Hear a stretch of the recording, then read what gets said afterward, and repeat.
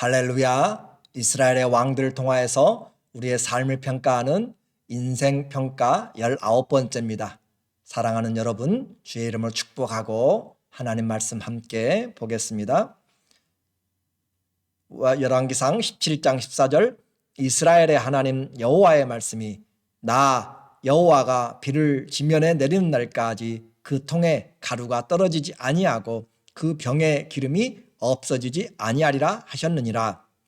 그녀가 가서 엘리야의 말대로 하였더니 그녀와 엘리야와 그녀의 식구가 여러 날 먹었으나 여호와께서 엘리야를 통하여 하신 말씀같이 통에 가루가 떨어지지 아니하고 병의 기름이 없어지지 아니하니라. 아멘. 오늘은 죄 중에 은혜, 죄 가운데 임한 하나님의 은혜를 같이 살펴보도록 하겠습니다. 북이스라엘의 여로보암으로부터 시작된 이 변질된 신앙은 이제 아합 7대 왕 아합의 시대에 와서는 완전히 다른 종교로 대치되었습니다. 곧 여호와의 신앙이 바알 신앙으로 완전히 바뀌게 된 것이죠. 원인은 아합이 시돈의 공주이며 바알을 섬기는 그런 이세벨과 결혼하여서 이방 종교가 물밀듯이 들어왔기 때문입니다. 남신인 바알과 그의 배우자 여신 아세라를 섬기는 그런 신당과 단을 쌓았습니다. 뿐만 아니라 아합은 여호와를 섬기는 선지자들을 잡아서 죽이는 극악무악한 그런 종교적인 대핍박을 행하였습니다.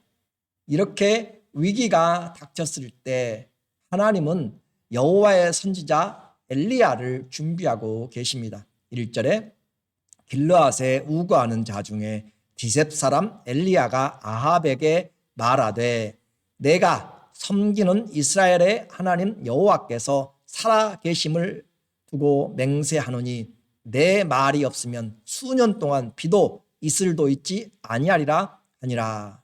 엘리야는 아합 왕에게 가뭄을 선포하고 있습니다. 하나님의 심판은 우리의 죄를 깨닫게 하는 또 하나의 은혜의 사건입니다. 왜 이렇게 힘들지라고만 생각하지 말고 이 심판 가운데서 하나님께 돌아오라고 하는 이 고난 가운데서 하나님께 돌아오라고 하는 또 이 고난과 역경 가운데 하나님이 나를 연단시키고 있다는 그 사실을 우리는 잘 분별해야 됩니다. 죄 가운데 있으면 돌아와야 됩니다. 그러나 연단 중에 있을 때는 하나님이 원하시는 그런 연단의 성품을 만들어내는 것입니다. 하나님은 실패하지 않습니다. 이 땅의 이상기후들, 자연재해 이 모든 것들도 다 하나님의 손 안에서 진행됩니다.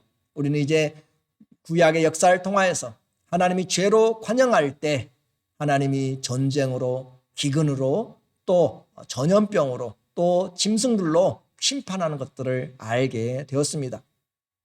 엘리야는 하나님을 섬기는 사람입니다. 내가 섬기는 이스라엘 하나님 여호와께서 살아계심을 두고 맹세하노니 하나님은 살아계시고 그 하나님의 말씀을 그대로 전하는 선지자입니다. 우리는 살아계신 하나님을 믿습니다. 우리가 깎아서 만들고 섬기는 그런 우상이 아닙니다. 그래서 하나님이 가장 싫어하는 것이 산 자를 죽은 자처럼 만들어서 하는 그런 우상을 섬기는 것을 하나님은 금하십니다. 죄에 대해서 하나님께서 이렇게 기근을 내리시고 심판하신 것은 하나님이 죄에 대한 그런 경계 그리고 브레이크를 지금 거는 것이죠. 기근은 모든 사람에게 임합니다. 성도들도 자연재해로 어려움을 당합니다. 내 죄가 아니라도 다른 죄로 말미암아 다른 사람의 죄로 함께 이 땅을 살아가고 있기 때문에 어려움을 당합니다. 오늘 선지자 엘리야도 어려움을 당해요. 그런데 하나님이 그 엘리야를 지금 돌보시고 있습니다. 5절에 그가 여호와의 말씀과 같이 하여 곧 가서 요단 앞 그릿 시냇가에 머물매. 이제 그 아합의 핍박을 피하여서 가뭄이 왔기 때문에 지금 도망가서 숨었습니다. 그런데 그곳에 하나님께서 그 시냇가에 있는 그곳에 숨어 있을 때 까마귀들이 아침에도 떡과 고기를 저녁에도 떡과 고기를 가져왔고 그가 시냇물을 마셨으나 시간이 지나면서 그것도 말랐다라고 하는 내용입니다. 까마귀는 잡식성입니다. 잡식이에요. 그래서 고기도 먹고 못 먹는 것이 없습니다. 그런데 그 까마귀가 아침 저녁으로 약 6개월 정도를 아침 저녁으로 그렇게 고기와 빵을 가지고 옵니다.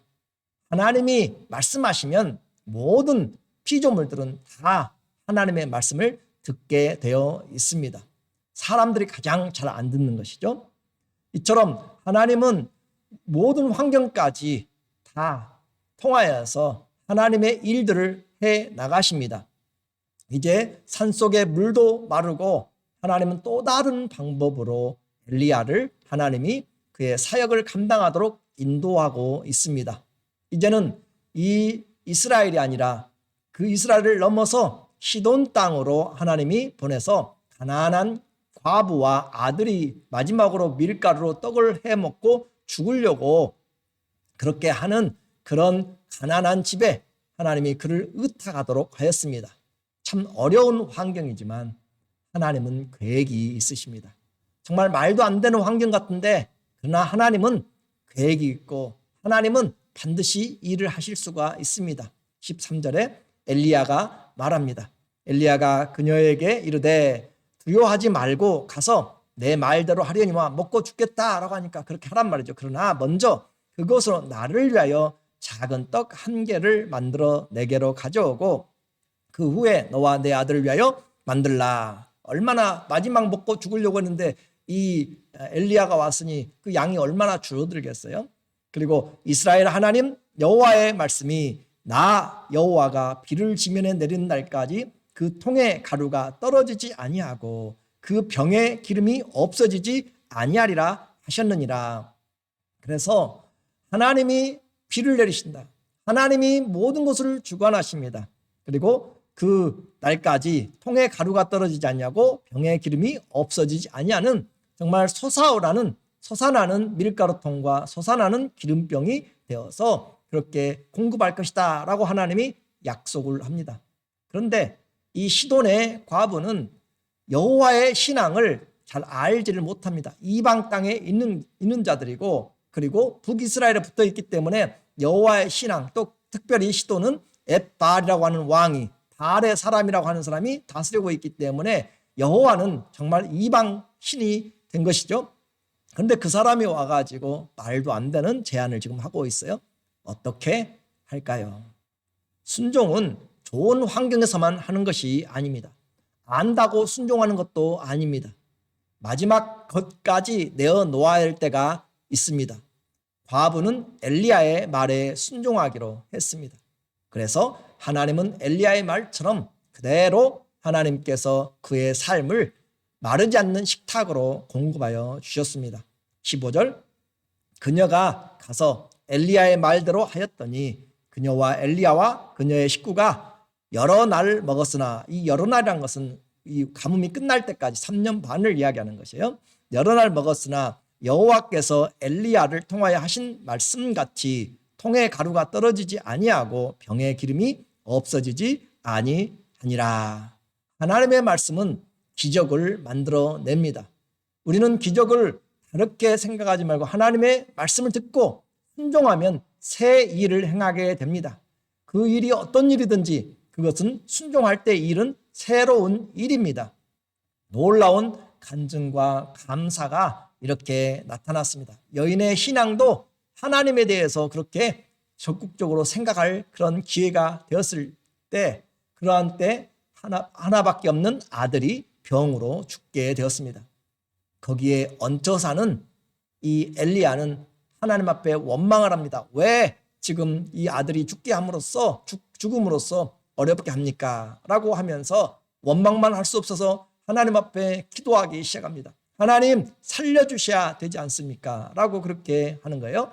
그래서 그의 간절한 기도로 그 아이가 살아납니다. 21절 그 아이 위에 몸을 3번 펴서 엎드리고 여호와께 부르짖어 이르되 내 하나님 여호와여 원하건대 이 아이의 혼으로 그의 몸에 돌아오게 하옵소서. 그래야 죽으면 혼이 떠나가는 것이에요. 혼이 떠나가는 것입니다.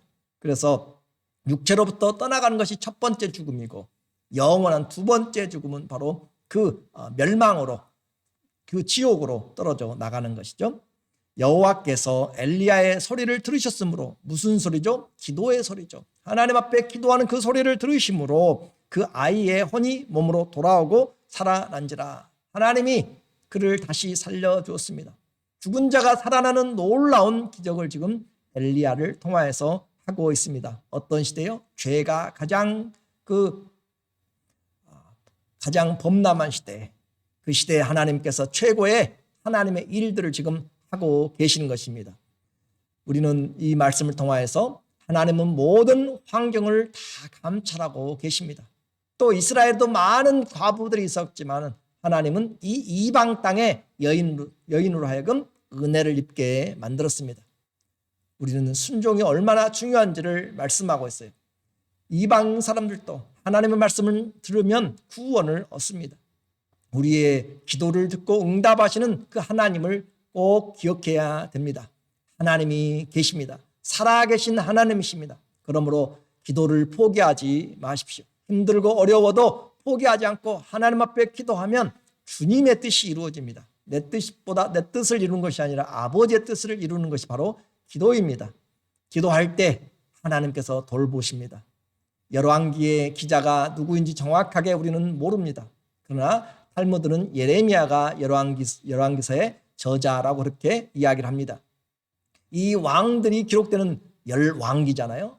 왕들이 기록되는 그 가운데 한가운데 지금 엘리야와 그리고 그의 제자 엘리사가 한 10장에 거쳐서 그들의 삶이 포함되고 있습니다. 그만큼 지금 이 세상을 사람들이 보았을 때는 왕들이 다스리는 것 같지만 아니요. 하나님이 하늘의 왕이신 하나님이 그 선지자들을 통하여서 말씀을 통하여서 여전히 통치하고 계심을 우리에게 말씀해 주고 있습니다. 하나님은 눈에 보이지 않습니다. 세상 왕은 눈에 보이고 손에 잡히고 무섭습니다. 그러나 하나님은 보이지 않고 우리의 손에 잡히지 않지만 그러나 살아계시면서 하나님의 말씀을 통하여서 여전히 일하고 계십니다. 하나님 없이는 나라도 민족도 심지어 지구도 바람도 아무것도 존재할 수가 없습니다. 히브리서 1장 2절에 이 모든 날 마지막에는 아들을 통하여 예수님이 오실 때부터가 종말입니다. 그리고 우리에게 말씀하셨으니 이 아들 예수님을 만유의 상속자로 세우시고 또 그로 말미암아 모든 세계를 지으셨느니라. 예수 그리스도가 세상을 지신 창조주시죠. 이는 하나님의 영광의 광채요 그 본체의 형상이라. 그의 능력의 말씀으로 예수님의 능력의 말씀으로 만물을 붙드시며 만물이 별과 별이 왜 떨어지지 않고 지구가 왜 그렇게 계속 이 바다의 이 무거운 물들을 다 짊어지고도 계속 이렇게 돌고 한치의 오차도 없이 돌아가고 있는가? 하나님의 말씀이 붙잡고 계시기 때문에 그렇습니다. 말씀이 없으면 다 무너집니다. 능력의 말씀으로 만물을 붙드시며 죄를 정결하게 하는 일을 하시고 높은 곳에 계신 지극히 크신 이의 우편에 앉으셨느니라. 예수 그리스도로 말미암아 그 말씀으로 말미암아 우리가 지금 생존하고 있고 살아가고 있고 모든 만물들이 지금 유지되고 있습니다. 그래서 주권자는 이 세상의 왕들이 아니라 하나님이 왕이심을 또 선지자들을 통하여서 왕들의 한 가운데 지금 엘리야와 엘리사 선지자를 통하여서 말씀하고 있습니다. 하나님의 관심은 왕들에게만 있는 것이 아니라 사렙다 이 시돈의 과부같이 알아주지 않는 버림받은 그런 사람들에게 오늘 있다가 없어져갈 그런 들불까지도 하나님이 다 먹이시고 입히시는 것을 우리에게 말합니다. 하나님이 능력이 없어서 죄악을 행하고 또 우상을 숭배하는 왕들을 그냥 놔두는 것이 아닙니다. 말씀드린 것처럼 하나님은 자연재해를 통하여서도 또 까마귀의 습성까지 순종하게 하시면서 일을 하실 수가 있고 또 죽은 과부의 아들도 생명을 살리는 그런 생명의 하나님이십니다. 그런데 믿음은 자기 자신이 하나님의 은혜를 선택하고 영접하는 것입니다. 그래서 심판을 내가 책임지는 것이에요. 내가 선택했기 때문에, 내가 선택하지 않았기 때문에. 그러므로 우리의 인생을 하나님 앞에서 내가 어떻게 살았느냐에 따라서 하나님이 예수 그리스도를 믿는 자들에게는 생명과 영원한 하나님 나라의 기업을 주시는 반면에 믿지 아니하는 자들에게는 하나님의 말씀이 생명이 없으므로 저주로 가게 되는 것입니다. 하나님은 이런 성경의 저자를 통하여서 하시고 싶은 말씀이 지금 있는 것이에요. 창조주와의 또 그 언약의 신실한 그런 능력의 주님을 왜 믿지 않는지 우리에게 지금 질문을 하고 있는 것이에요. 성경의 왕들의 죄들 가운데 지금 하나님께서 이 선지자들의 사역을 통하여서 하나님이 지금 데모를 하고 있고 시위를 하고 있는 것입니다. 하나님과의 언약의 중재자가 바로 왕들이잖아요. 그런데 그들이 하나님 앞에 순종하기보다는 그들은 순종하지 않았는데 이방 사렙 시돈의 과부는 순종하였다라고 함으로써 얼마나 지금 하나님이 그들을 향하여서 도전하고 있는가. 우리가 배웠죠. 저 남쪽에 있는 스바 여왕이 지혜를 듣기 위해서 솔로몬에게 온갖 부귀를 가지고 와서 배웠는데 마지막 때 하나님이 예수 그리스도 안에서 하나님이 심판을 인자에게 맡기셔서 예수님이 심판하실 때 바로 이 스바의 여왕이 우리를 향하여서 이야기한다고 그랬죠. 정말로 지혜와 진리의 왕 솔로몬과 비교도 되지 않는 그 왕이 계신데 너희는 왜 관심이 없었는가 라고 그렇게 한다는 내용이죠. 그래서 오늘 이 하나님의 은혜는 순종한 자에게 옵니다. 하나님은 멀리 계시지 않습니다. 지금 우리와 함께 계시고 우리를 살피고 계십니다. 주의 말씀을 그냥 지나가도록 하지 마십시오. 주의 말씀이 살았고 운동력이 있습니다. 우리의 혼과 영과 관절과 골수를 찔러 쪼개며 우리의 생각과 마음의 뜻을 다 감찰하여 나타내십니다. 오늘 말씀을 영으로 듣고 온 인격으로 순종함으로써 우리 중에 임하시는 죄악 중에 임하시는 하나님의 은혜를 받고 새 일을 행하시는 그런 하나님의 자녀들 되시기를 예수님의 이름으로 축원합니다. 아멘. 기도하겠습니다. 하나님 아버지, 주님 앞에 살면서 죄 가운데 있다고 낙심하지 않게 하여 주시고 하나님의 말씀이 들려질 때 다시 돌아오게 도와주시옵소서.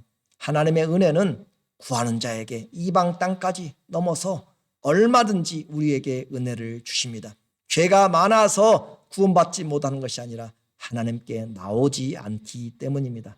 오늘도 하나님의 살았고 운동력 있는 활력 있는 이 말씀을 오늘 우리의 영에 혼에 골수를 찔러 쪼개며 하나님께서 행하시는 은혜의 삶으로 새롭게 변화되도록 역사하여 주시옵소서. 예수님의 이름으로 기도드립니다. 아멘.